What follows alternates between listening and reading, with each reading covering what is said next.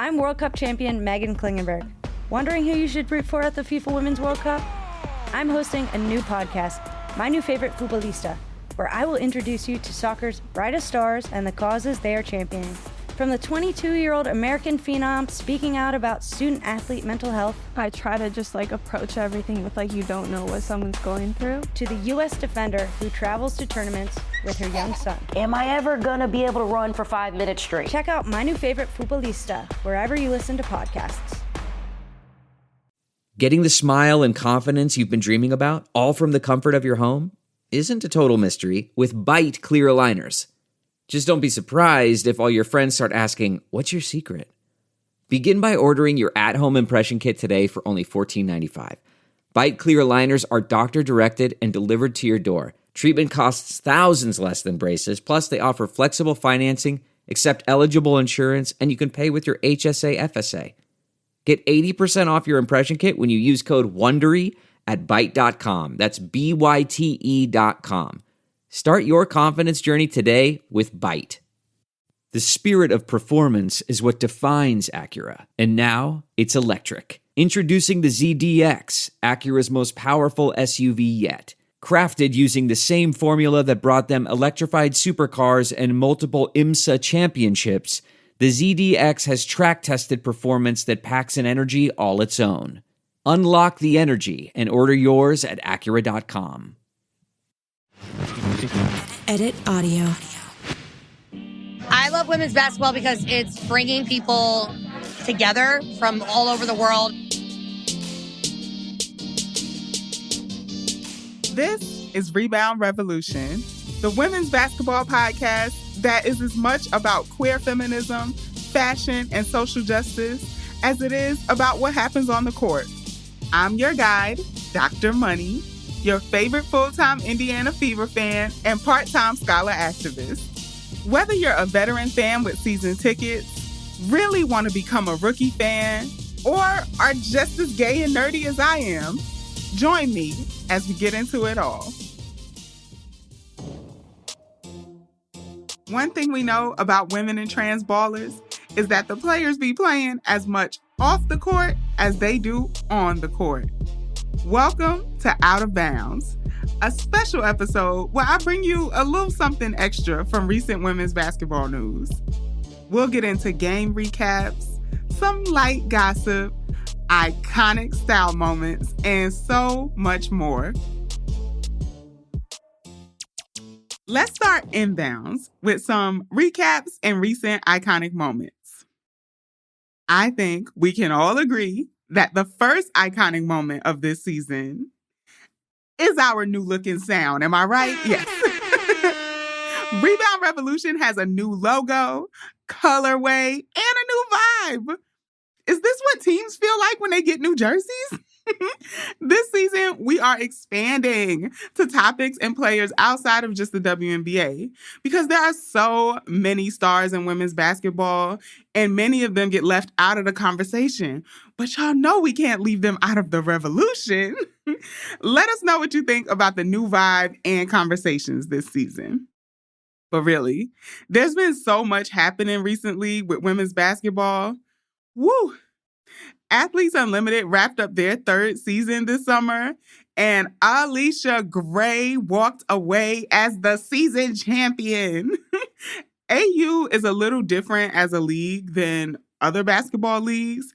So although you play as a team, you are scored individually in Athletes Unlimited. And being named the champion means that Alicia racked up the most points in the AU season, more than any other player in the league. So while this is very impressive, shout out to Alicia, it should not be a shock to anyone who knows Gray because she's an Olympic gold medalist. She won a gold medal in the Olympic 3x3s, currently plays for the Atlanta Dream, and a former NCAA champion winning Gamecock, which she played at the University of South Carolina in her college days. So basically, when it comes to winning, Alicia ain't new to this. She true to this. Now, on the W side of things, the preseason moves of players from one team to another has already gagged me. One of the most shocking moves to me was the announcement that Nneka Ogwumike is leaving the Sparks to join the Seattle Storm, y'all. So for folks who might not know, it is really rare for a WNBA player to play their entire career with one team. There's a lot of movement in the league. And since Nneka has been with the Sparks since she got drafted to the Sparks in 2012, I thought she was for sure going to be one of those rare players to do that, to stay with the same team her whole career. But no, she is taking her talents further up the West Coast to the not-so-sunny Seattle. Now, Seattle is a championship team, like definitely. Breanna Stewart played there, but they really struggled after Sue Bird retired. Jewel Lloyd just has not had a lot of help. So with Nneka and Skylar Diggins-Smith joining the team this season, they might actually have a shot at the playoffs this year.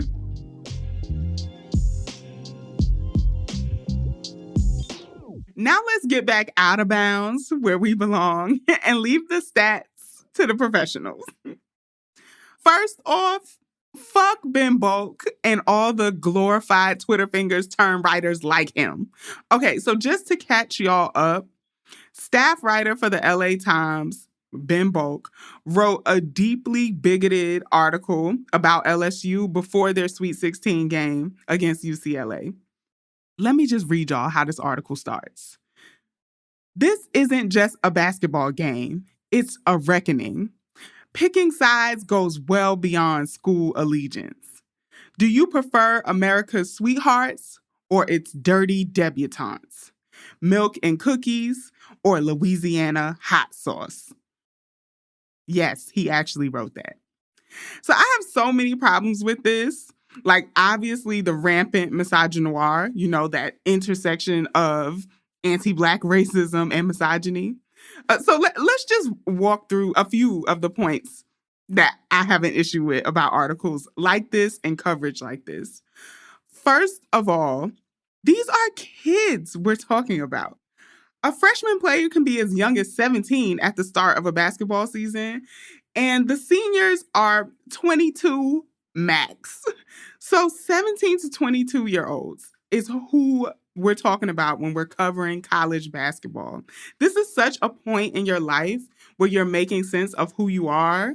And to have a platform as big as the LA Times put out an article like this attacking your identity is so hurtful. It really reminds me of Ruth Nicole Brown's work on Black girlhood and the ways that Black girls never actually get to be girls. We are made to respond to adultification and attacks on our identities at so young that we actually don't get the freedom of childhood.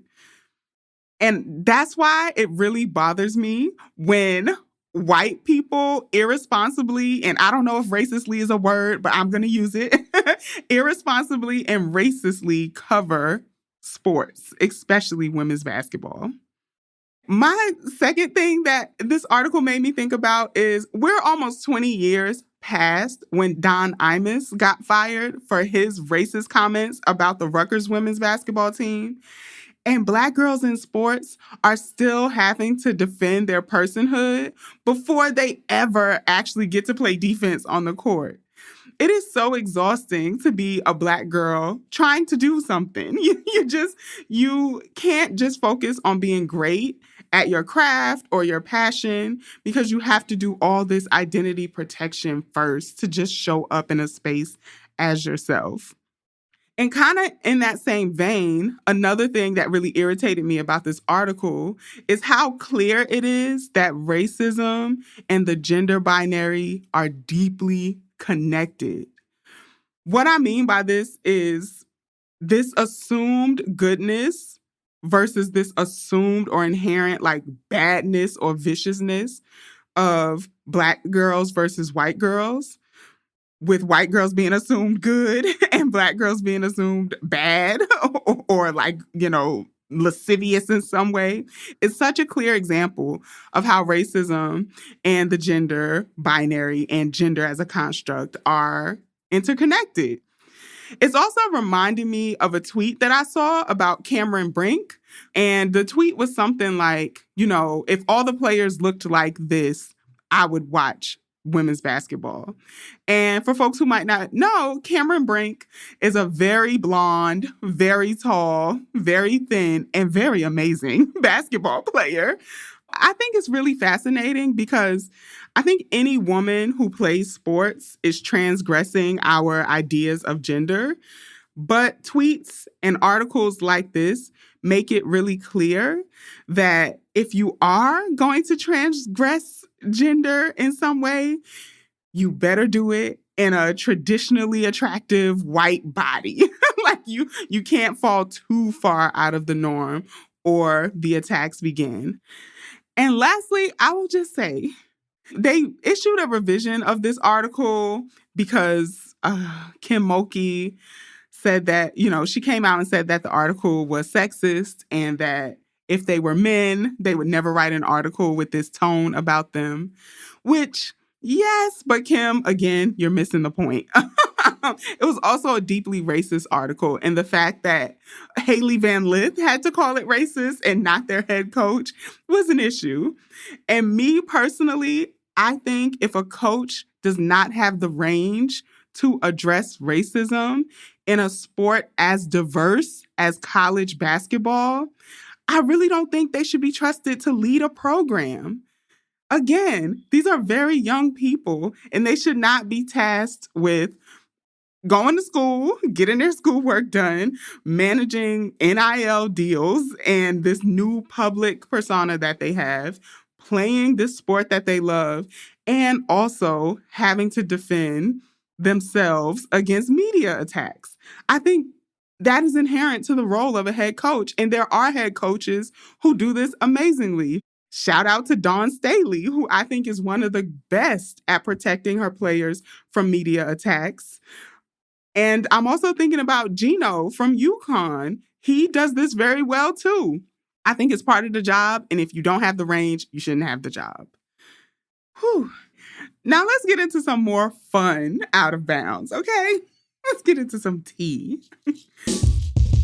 We heard you loud and clear. You love the WNBA and want more analysis and insight on your favorite players. Welcome to Queens of the Court, an Odyssey original podcast. I'm your girl, Cheryl Swoops. And I'm Jordan Robinson. All season long, we'll be bringing you the post-game analysis that you crave and sitting down for interviews with athletes across the W. You can listen to Queens of the Court on the Odyssey app or wherever you get your podcasts. There's no distance too far for the perfect trip. Hi, checking in for... Or the perfect table. Hey, where are you? Coming! And when you get access to Resi Priority Notify with your Amex Platinum card... Hey, this looks amazing. I'm so glad you made it. And travel benefits at fine hotels and resorts booked through Amex Travel, it's worth the trip. That's the powerful backing of American Express. Terms apply. Learn more at americanexpress.com/withAmex. We're driven by the search for better. But when it comes to hiring, the best way to search for a candidate isn't to search at all. Don't search. Match with Indeed. Leveraging over 140 million qualifications and preferences every day, Indeed's matching engine is constantly learning from your preferences. So the more you use Indeed, the better it gets. And listeners of this show will get a $75 sponsored job credit to get your jobs more visibility at Indeed.com/match. Just go to Indeed.com/match right now and support our show by saying you heard about Indeed on this podcast. Indeed.com/match. Terms and conditions apply. Need to hire? You need Indeed.